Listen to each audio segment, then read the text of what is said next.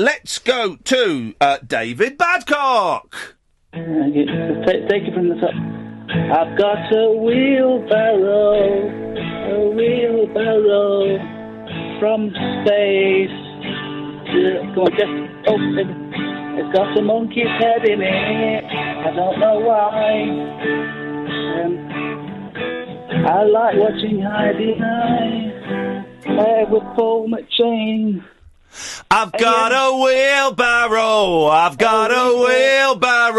It's got a monkey's head in it. I like watching marzipan. 'Cause I'm a natural man. It's all got a bit 60s, Iain. That sounds a bit 60s, doesn't it? I like that. We could call ourselves the Retro Heads, heads with a Z at the end instead of an S. And we could do, kind of the close harmonies like the Everly Brothers, and the Beatles, and the Hollies. The Hollies, often overlooked 1960s pop group that had many, many, many top 10 hits. The Hollies, Graham Nash, Alan Clark, and the others. Ladies and gentlemen, would you please welcome to the stage the Hollies. Hey, I was turning into Chris Tarrant at the end. A little bit, yeah. Please welcome to the stage. This is all well and good, but could you please get Noel Edmonds out of my house, please? I cannot do that, David, until you reverse the curse. Are you prepared now to reverse the curse? You have 30 seconds thinking time. At the end of that 30 seconds, David, I need to know your answer. The question is, are you prepared to reverse the curse? Your 30 seconds thinking time starts now. Here we go. Are you prepared to reverse the curse? Noel Edmonds is here and he's very angry. Are you prepared to reverse the curse, David? It's a simple question, David. I can see spirals. Very simple question. What? You've got 16 seconds thinking time left, David. Will you reverse the curse? Too much poly cement. Here we go. Okay. Powerful stuff. The time is up, David. Are you going to reverse the curse? If it gets Noel Edmonds out of my house, then yes, I'd like to reverse the curse, please.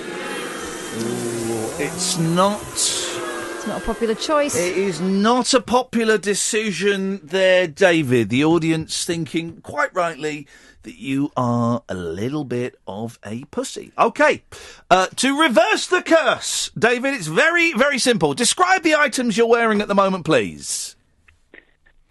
I'm wearing a ballerina's tutu.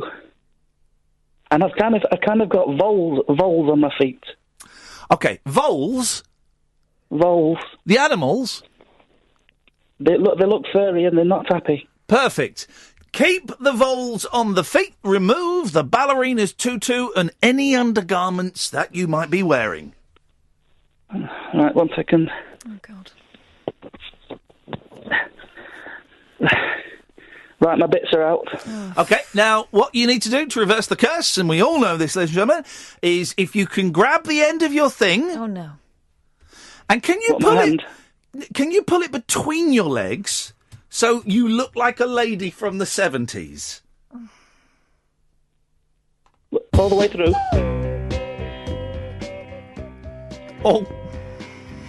All the way through. I'll try, hang on. Okay, then. Right. It just looks like a mound of hair now. Oh, God. Okay. How does this reverse the curse exactly? Don't question. Now, what I need you to do, David, to reverse the curse and get Edmonds out of your house, I need you to step out into the street.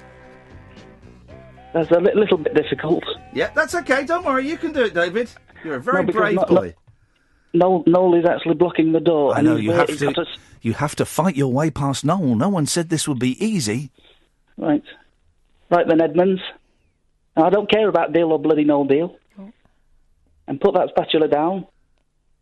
Is he gonna be out the way.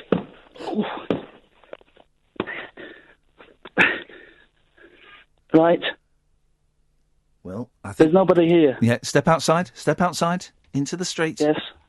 Hang on. Okay. I need to just open the front door. Pull the door shut behind you. Oh, God. There we go. Well, the audience have got it, David. And I think you're starting to realise, of course, that doesn't reverse the curse. That simply hands over the deeds of the property to Noel Edmonds. David, we look forward to chatting next week and seeing how you're getting on with Edmonds Lives in My House and I'm Naked. Thanks for calling, David. My face has gone inside out. There we go. That's great. That is great. Great. It's great.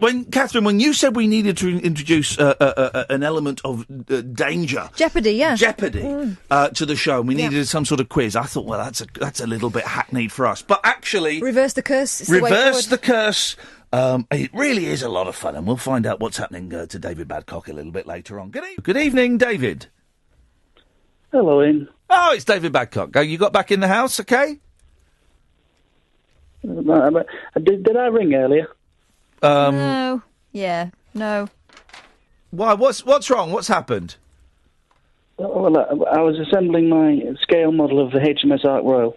Yes. And the next thing I know, I'm naked and I've got a missed call. My last call was to you. I have no idea. I no idea what you're talking about, David. Maybe listen to the podcast, yeah? Okay then. What now? Well, tell you what, David. Why don't you say hello to Alan? Morning, Bob. Hello. Who? Hello, David. Who's Alan? It's me. Hello. Have I spoken to you before, Alan? Well, I regularly call in. You must know the routine. No. Go on. So you've never called the phone before? No. Go on. I'm usually on first at 10 o'clock. Right. We're all out of medals, so sorry about that. What have you called in for? No, I was asking you that question. Sorry? I was asking you that question. What you called in for? Well, I rang in, Alan, because I'm stark naked and I've got a lot of glue all over me. I don't think that's still a conversation for this radio. I'm going to tell him, well, I've got a new girlfriend. Oh, yes, what's her name? Valerie. Why won't you come on over, hey? It's not Amy Winehouse. No, it was an attempted joke, but it fell flat on its bottom. Amy Winehouse or the Good Times? Well, is she nice? Does she like chop suey? She's not Chinese. Well, I like chop suey and I'm not Chinese. Well, I prefer King Prawn Chow Mein myself, and I'm not Chinese. So we've established we're both not Chinese. But we love Chinese food. Right. Does she like chop suey or? On Wednesday. What's your favourite thing about her? Well, to get to know. Could you maybe... Right. I think your phone's a bit dodgy. I don't know what I'm saying. Right. And again? I don't think my phone's dodgy. You don't think your phone's dodgy? I mean, it sounds like you're underwater. Are you underwater? No. No, it sounds like Chewbacca. Quiet, Chewie, quiet. We've got to kill these jabronis. What's that, Chewbacca? What? I know, Darth Vader's a right idiot. No, I didn't mention Darth Vader. You've heard a thing about Darth Vader? No, he's my favourite Star Wars villain. What, because of his nice little cape? No, the way he can use the dark side to choke anyone without touching them. You into choking and that, Bondage? No, not that sort of choke. You sound like that's a guilty sounding man to me. I don't know what to. What's that, Chewie? Right. What if you were in Star Wars? Which character would you be and why? It's gone. Oh, Chewbacca.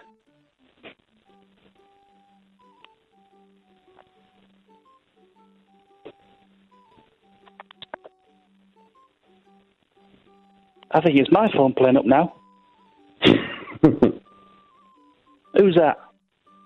Oh, Pablo. Hello. Pablo. How do? If you were a Star Wars character, who would it be and why? Yoda. Did you just fart? Did you just go live on air? That was merely a thought process in audible form. Well, I don't fart when I think. Well, you're doing it wrong. Who would it be? Yoda for me. Yoda, would it be? Oh, no, wait. Would it be Yoda? Yes, it would. Is that Chewbacca? I told you not to guffaw. Well, as an old English proverb would say, a cat has 9 lives. For 3 he plays, for 3 he strays, and for the last 3 he stays. And Rushmore is a really good film, by the way. Right. Have you ever assembled a scale model of the HMS Art Row? No, HMS Pinafore, but I was wearing a dress at the time. Right. Well, that sounds quite odd. Well, what's your name, Dave? What's your name, Pablo? Pablo, yeah. Is that short for something? Pablo Babylonicus. Right. If you were stranded on a desert island, Pablo, what item would you take and why? I would take a scale model of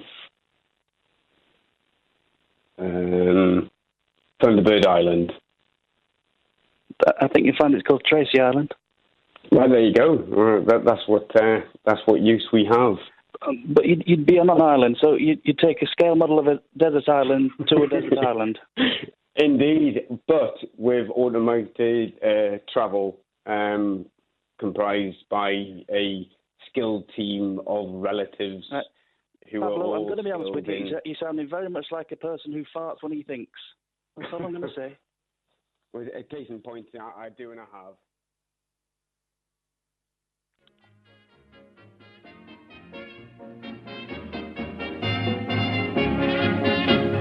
Every year when summer comes round, off to the sea I go. I don't care if I do spend £1, I'm rather rash, I know. See me dressed like all the sports, in my blazer and a